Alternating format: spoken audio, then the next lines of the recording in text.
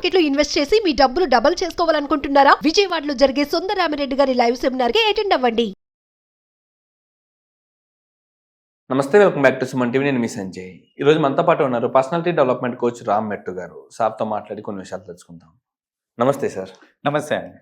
Sir, as a personality development కోచ్గా మీరు ఒక పెద్దల పర్సనాలిటీ ఎలా ఉండాలి, సంథింగ్ స్టూడెంట్స్ పర్సనాలిటీ ఎలా ఉండాలి, సంథింగ్ ఎంటర్ప్రెన్యూర్స్ పర్సనాలిటీ ఎలా ఉండాలి, ఇలాంటి విషయాలన్నీ చెప్తుంటారు.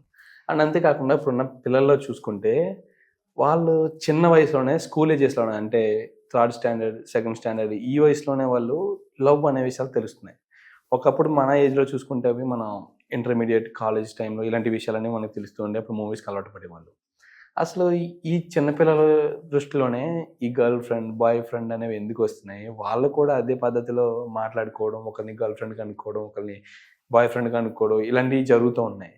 అసలు ఇది ఎంతవరకు కరెక్ట్ అంటారు? అసలు పిల్లలకి ఇవి ఎలా తెలుస్తున్నాయి? అండ్ ఒకవేళ ఇలాంటివి జరిగి తల్లిదండ్రుల దగ్గరికి వచ్చాక వాళ్ళు ఎలా రియాక్ట్ అవ్వాలండి? షూర్, డెఫినెట్గా అండి. మీరు అన్నట్టు ఇంతకు ముందు మన టైంలో మేబీ ఇంటర్మీడియట్ కి లేదా డిగ్రీకి వచ్చిన తర్వాత the concept of having a boy friend కానీ గర్ల్ ఫ్రెండ్ కానీ అప్పుడు వచ్చేది, ఆ టైంలో వచ్చేది. కానీ కరెంట్ జనరేషన్ చూసుకుంటే like as young as about 2nd class 3rd class 4th class వాళ్ళకి వాళ్ళు ఏంటంటే నా బాయ్ ఫ్రెండ్ నువ్వు, నా గర్ల్ ఫ్రెండ్ నువ్వు అని వాళ్ళు చెప్పేసుకోవడము. వాళ్ళు చెప్పిన తర్వాత at the same time we also see వాళ్ళ పేరెంట్స్ కి కూడా వచ్చి చెప్తా ఉంటారు వాళ్ళు, అమ్మా నాకు ఒక బాయ్ ఫ్రెండ్ ఉన్నారు, నాకు ఒక గర్ల్ ఫ్రెండ్ ఉన్నారు అని చెప్పడము. పేరెంట్స్ కి ఏంటంటే ఇది ఫస్ట్ టైం సినారియో. అంటే జనరల్ గా ఇంత తక్కువ, అంటే ఇంత చిన్న ఏజ్ లో ఇలా బాయ్ ఫ్రెండ్ గర్ల్ ఫ్రెండ్ అనే కాన్సెప్ట్ ఇంతకుముందు వచ్చేది కాదు కాబట్టి ఫైన్. బట్ కరెంట్ జనరేషన్ అలా వచ్చేసరికి పేరెంట్స్ కూడా ఎలా రియాక్ట్ అవ్వాలి ఏంటి అనేది తెలియక వాళ్ళు అక్కడ like they're getting confused. And ఏంటంటే పిచ్చి పిచ్చి వేషాలు చేయకు, అలా మాట్లాడకూడదు నాన్న, తప్పు, అలా చేయకూడదు అని ఇలా రియాక్ట్ అవుతున్నారు. కానీ అలా రియాక్ట్ అవ్వడం వల్ల జనరల్ గా ఏంటంటే ఇన్ అ వే అది it's doing a lot of negative అనమాట. ఫస్ట్ ఆఫ్ ఆల్ అసలు ఎందుకు జరుగుతుంది ఇది అని అంటే it's because of the evolution of technology అండి. ఇంతకు ముందు ఏంటంటే మనకి అసలు ఈ concept of love between a boy and a girl ఇదంతా మనకి త్రూ మూవీస్ తెలిసేది. అండ్ మూవీస్కి మన ఎక్స్పోజర్ దట్టు అంటే బై ఆర్ సెల్స్ అనేది మనకి ఒక సర్టెన్ ఏజ్ వచ్చిన తర్వాత మనకి ఎక్స్పోజర్ అనేది వచ్చేది. అండ్ దాని నుంచి మనం నేర్చుకునేవాళ్ళం, తెలుసుకునేవాళ్ళం. ఇప్పుడు కరెంట్లీ ఏంటంటే అసలు సోషల్ మీడియాకి ఫిల్టర్స్ అనేది లేదు. Like any content is coming on to the mobile. So వీళ్ళకి మనకి ఏంటంటే మీకు తెలుసు, చిన్నపిల్లలందరూ మొబైల్ పట్టుకుంది అన్నం తినరు, మొబైల్ పట్టుకుంది in a day at least 1 hour mobile time ఖచ్చితంగా అడుగుతున్నారు.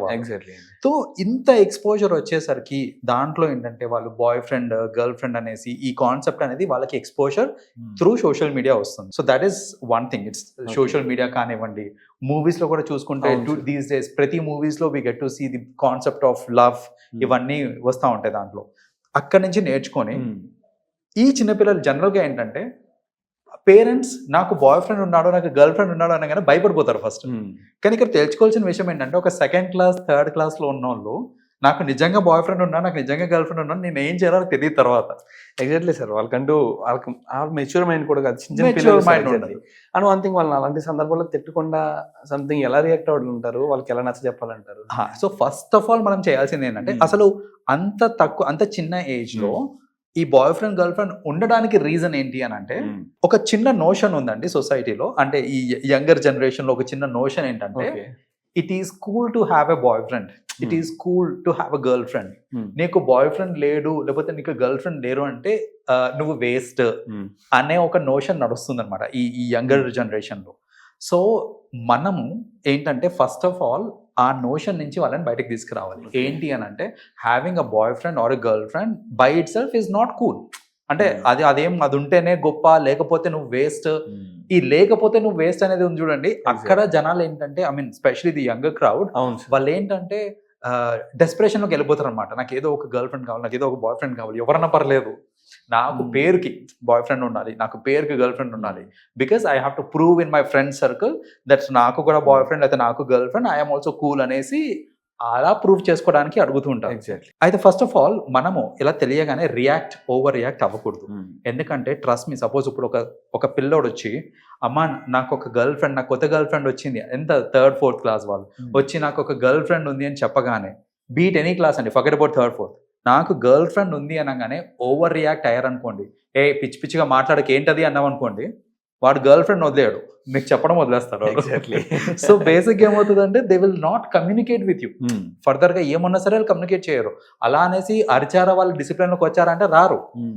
దీన్ని ఆ కమ్యూనికేషన్ అక్కడ కట్ చేయకుండా మనం ఏంటంటే నార్మల్గా అమ్మ నాకు ఒక ఫ్రెండ్ పరిచయం అయ్యాడు అన్నప్పుడు మనం ఎలాగైతే రియాక్ట్ అవుతామా, ఏంటి నా పేరేంటి, ఎక్కడ ఉంటారు ఏంటి అని ఏదైతే డీటెయిల్స్ మనం తీసుకుంటామో, similar kind of details if you try to take even for this relationship కి కూడా అలా కనుక మనం రెస్పాండ్ అయ్యామనుకోండి, ఫస్ట్ ఆఫ్ ఆల్ ఏంటంటే వాళ్ళు కమ్యూనికేషన్ కట్ చేయరు. ఎగ్జాక్ట్లీ. వాళ్ళకి ఆ రిలేషన్షిప్ లో ఏదన్నా బాధ ఉన్నా ఏదున్నా they will try to communicate with parents.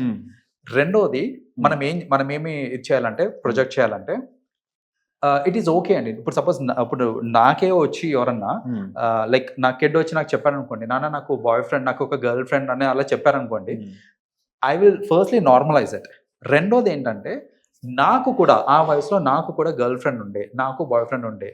అలా ఉన్నప్పుడు మేము ఒకరినొకరిని స్టడీస్ లో హెల్ప్ చేసుకున్నాం. బికాస్ అంత చిన్న పిల్లలకి నువ్వు ఉండకు అని చెప్పకుండా ఒకరినొకరు స్టడీస్ లో హెల్ప్ చేసుకునే వాళ్ళము. ఎగ్జాక్ట్లీ.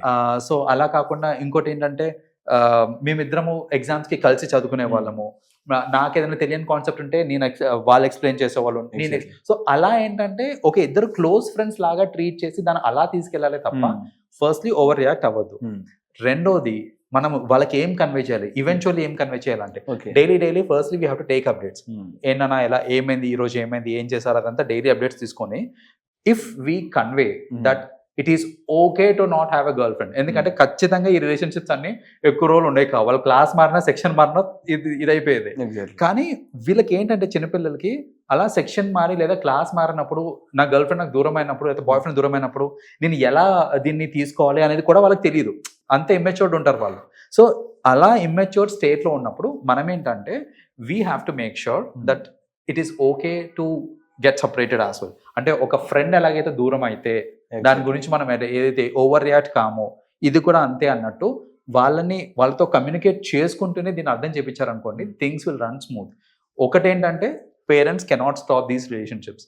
స్కూల్స్ లో అవుతూ ఉంటాయి. ఇంకా ఈ రిలేషన్షిప్ని ఎలాగో ఆపలేరు కాబట్టి all we can do is manage it's.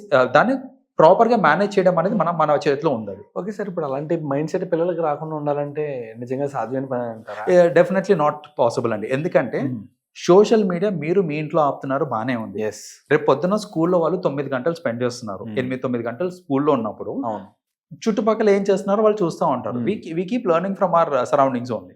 So ఏంటంటే వాళ్ళు చూస్తూ ఉన్నారు, నువ్వు బాయ్ ఫ్రెండ్ గర్ల్ ఫ్రెండ్, నువ్వు boyfriend girlfriend, it is all there, నా చుట్టుపక్కల నడుస్తూ ఉంది. That is what I said. ఏంటంటే at any cost దీన్ని మాత్రం మనం ఆపలేమండి. ఈ phenomenon of having a boyfriend or a girlfriend cannot be stopped. How to manage these relationships, ఎంతవరకు ఇన్వాల్వ్ అవ్వాలి, ఎట్లా దాన్ని మనం మేనేజ్ చేసుకోవాలి, ఇది మాత్రం మీరు టీచ్ చేయగలుగుతారు మీ పిల్లలకి. అది టీచ్ చేస్తే ఎవ్రీథింగ్ విల్ రన్ స్మూత్. అది టీచ్ చేయలేదు అని అంటే that is when we see వాళ్ళు స్ట్రగుల్ అవుతుంటారు. But at the same time వాళ్ళు కమ్యూనికేట్ చెయ్యరు మనతోటి. చెయ్యక వాళ్ళు ప్రెషర్ కి గురయ్యి ఈ అనర్థాలకి గురయ్యి ఇవన్నీ కాకుండా పేరెంట్స్ కి వాట్ ఐ రిక్వెస్ట్ ఇస్ మీరు స్టాప్ చేయలేరు కాబట్టి at least deal it in a proper way. That is when it will be taking care of. Thank you sir, thank you very much sir. Thank you అండి.